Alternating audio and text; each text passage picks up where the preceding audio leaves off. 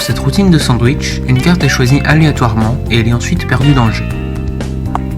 Pour retrouver ce 6 de carreau, on va utiliser deux cartes spéciales, les deux jokers que voici.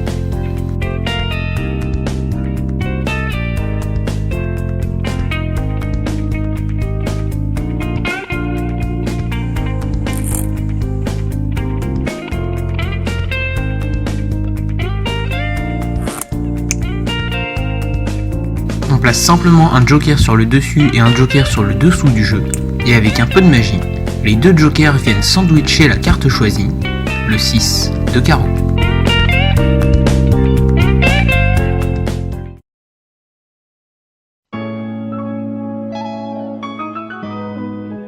Salut tout le monde et bienvenue dans les explications de ce sandwich de cartes que j'ai créé, tout simplement un assemblage de plusieurs idées que j'ai trouvées à droite à gauche et aussi des miennes. Alors pour commencer, petite préparation, vous allez utiliser déjà deux cartes qui vont prendre en sandwich la carte choisie, donc les deux cartes que vous voulez, deux cartes qui se ressemblent beaucoup. J'aime bien prendre deux figures en général, c'est symbolique, ça se représente bien tout ça. Vous pouvez prendre deux jokers ou ce que vous voulez, de toute façon. Vous prenez donc les deux cartes face en l'air que vous allez placer sous la première carte. Donc, vous mettez une carte face en bas et ensuite vous mettez les deux cartes qui vont sandwicher la carte choisie juste en dessous. Ce qui fait que là, quand vous allez faire choisir une carte, vous allez pouvoir les masquer en avançant, quand vous étalerez la carte dans vos mains, un premier bloc de cartes, si je puis dire, comme ça. Évidemment, vous n'allez pas avancer vraiment un bloc comme ça, parce que là, ça serait cramé, mais il faut avancer un certain nombre de cartes au début, de sorte à ce que, justement, les deux cartes face en l'air ne se voient pas. Donc, même si vous faites genre ça passe à peu près. Voilà. Ensuite, donc, vous faites choisir une carte, le spectateur, par exemple, il prend celle-là. Évidemment, il ne faut pas qu'il prenne au début, donc débrouillez-vous pour voir qu'il prenne au début. Voilà, donc par exemple ici on va prendre la dame de cœur. Si vous voulez faire en sorte que le spectateur choisisse pas une carte qui est au début, vous effeuillez vous faites tomber comme ça les cartes et quand il vous dira stop, en général c'est pas trop vers la fin. À vous de juger, à vous de faire en sorte qu'il prenne une carte par exemple vers le milieu. Là il prend une carte, vous la posez sur le dessus. Donc pour notre exemple on va rester sur l'as de pique. Vous laissez l'as de pique donc sur le dessus du jeu, vous allez simplement faire une coupe. Donc c'est tout simple, vous faites une coupe, ce qui fait que l'as de pique va se perdre dans le jeu. Et là vous allez me dire, mais on n'a plus aucun moyen de retrouver cet as de pique dans le jeu. Et bien non, parce qu'en fait, vous allez donc couper. Ce qui fait que là, vous avez l'as de pique qui est sur la carte quelconque qui recouvre les deux rois, ou les deux cartes qui vont sandwicher votre carte après. Et du coup, quand vous refermez ensuite, vous allez faire, je sais pas, une passe magique ou un truc comme ça pour faire, entre guillemets, apparaître les deux rois. Et c'est là que c'est fourbe et c'est là que c'est très intéressant. Parce que les deux rois que vous avez là, vous allez les amener sur le dessus. Sauf que vous n'allez pas faire ça, mais vous allez directement amener l'ensemble du paquet qui est là, comme ça. Ce qui fait que la carte choisie et la carte quelconque vont se retrouver en dessous. Là, c'est la carte quelconque qui recouvrait les deux rois juste avant, et la carte choisie, elle est juste en dessous. Donc, là, on est bien. Vous n'avez plus qu'à sortir les deux rois, à les donner à examiner par exemple au spectateur.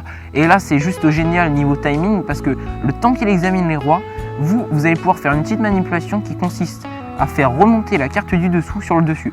Pourquoi la faire remonter? Parce qu'ensuite, en fait, quand on va faire notre sandwich, si on a une carte en dessous, ça va nous gêner et c'est cette carte-là qui va être sandwichée. Il faut donc impérativement s'en débarrasser. Donc si vous êtes à une table, vous pouvez carrément faire un lapping si vous maîtrisez, comme ça c'est plus simple de vous en débarrasser. Par contre, si vous êtes debout ou dans une autre situation, vous allez simplement la faire remonter. Donc pour ça, je pense que vous connaissez la technique. Vous prenez un break sur la dernière carte. Avec votre pouce, vous transférez le break au pouce, vous scindez le jeu en deux parties. Vous coupez, vous réceptionnez, et là vous allez déposer la carte que vous aviez en break sur le dessus, comme ça, et vous recoupez au même endroit.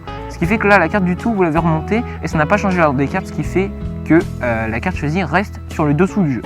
Une fois que vous avez fait ça, vous allez reprendre les deux rois que j'ai fait tomber, ou toute autre carte qui vont sandwicher la carte choisie. Vous en placez une au-dessus, une en dessous, et vous expliquez donc que ces deux cartes-là vont retrouver la carte choisie, ou bien sûr à vous d'adapter la présentation à votre personnalité, vous faites comme vous voulez. Et donc vous dites par exemple, c'était quoi ta carte? C'était, allez, l'as de pique, hop, sandwich, et là on récupère l'as de pique. Vous vous demandez peut-être comment j'ai fait pour sandwicher l'as de pique entre les deux rois. Je vous rappelle qu'il était juste en dessous, c'est tout simple. On place un roi au-dessus, un roi en dessous. Et en fait, la prise de vos doigts, ça va être celle-ci. Le pouce au-dessus, ce qui fait que le pouce va pouvoir tirer le roi du dessus. Le majeur, l'annulaire, et non, quand même pas l'auriculaire, mais en tout cas le majeur et l'annulaire vont tenir le roi du dessous. Et vous aurez l'index qui va être ultra important, qui va vous permettre de tirer également l'as de pique qui est juste là. Et du coup, quand vous allez faire un mouvement comme ça, de gauche à droite ou de droite à gauche, un mouvement latéral en tout cas, l'ensemble du jeu va partir comme ça, va tomber donc dans votre autre main ou sur la table. Voilà, bon évidemment ici il y a une carte qui reste, et il va vous rester une carte entre les deux rois, ça va être l'As de pique. J'espère que ça vous a plu, n'hésitez pas à me proposer vos idées d'amélioration dans les commentaires. Encore une fois, vous pouvez trouver plein de variantes et l'adapter, faire comme vous voulez. À vous de trouver votre représentation et ce qui vous représente pour que cette routine devienne vraiment la vôtre. Je vous dis à très bientôt.